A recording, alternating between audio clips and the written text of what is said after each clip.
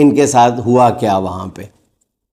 جب ان کو کہا گیا کہ جناب ان دونوں جگہوں پہ آپ کو عید کی نماز پڑھنے کی یہاں پہ ہم آپ کو اجازت نہیں دے سکتے یا سیکیورٹی فراہم نہیں کر سکتے، نہ تو آپ کو لوگوں سے بچا سکتے ہیں، نہ آپ کو گالیوں سے بچا سکتے ہیں، تو بتائیں کیا کیا جائے.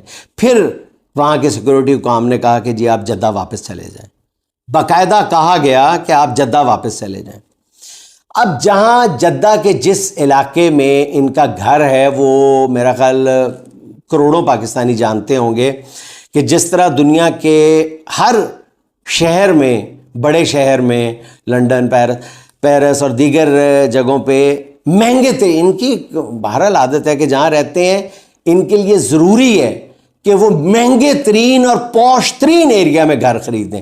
اسی طرح جدہ میں بھی الحمرا کے علاقے میں، فلسطین پہ، شارع فلسطین پہ الحمرا کا جو علاقہ ہے وہ وہاں پہ میرا خیال کوئی 60% جو ہیں وہ رائل فیملی کے لوگ ہی رہتے ہیں، یا ایسے لوگ رہتے ہیں جن کو اپنے ذرائع آمدن کا پتہ بھی نہیں ہے کہ کہاں کہاں سے کتنے کتنے پیسے آتے ہیں. تو وہیں پہ ان کا گھر ہے جدہ میں. پہلے تو یہ وہ سرور پیلس میں رہتے تھے نا، تو جو ان کا اپنا گھر ہے وہ جدہ کی قیمتی ترین جگہ پہ ہے. تو پھر سوچا، انہوں نے کہا کہ جی وہاں پہ جہاں پہ ان کا گھر ہے اس کے بالکل ساتھ ہی، بالکل چند گز کے فاصلے پہ مسجد بھی موجود تھی. انہوں نے کہا چلیں پھر جدہ میں جا کے اس مسجد میں نماز پڑھ لیتے ہیں. نہ مکہ نہ مدینہ، بالآخر جدہ، اور جدہ میں بھی اپنے گھر کے قریب ایک مسجد میں نماز پڑھ لیتے ہیں جا کے.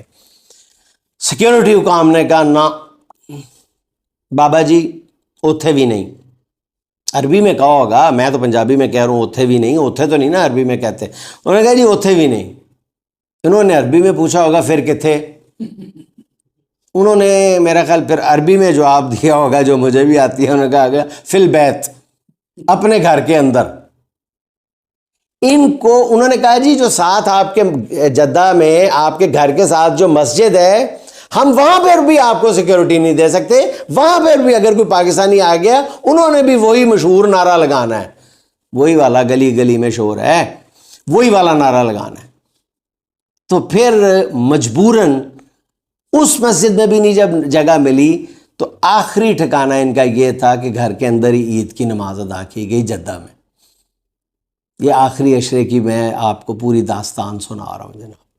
آپ اندازہ کریں کہ اربوں روپیہ، اربوں ڈالر، روپیہ کہہ رہا ہوں، اربوں ڈالر دنیا کے کم و بیش ہر بر اعظم سے لوٹنے کے بعد اس خاندان کی عزت اور تکریم کا عالم یہ ہے کہ یہ حرمین میں عیدین کی نمازیں بھی ادا نہیں کر سکتے.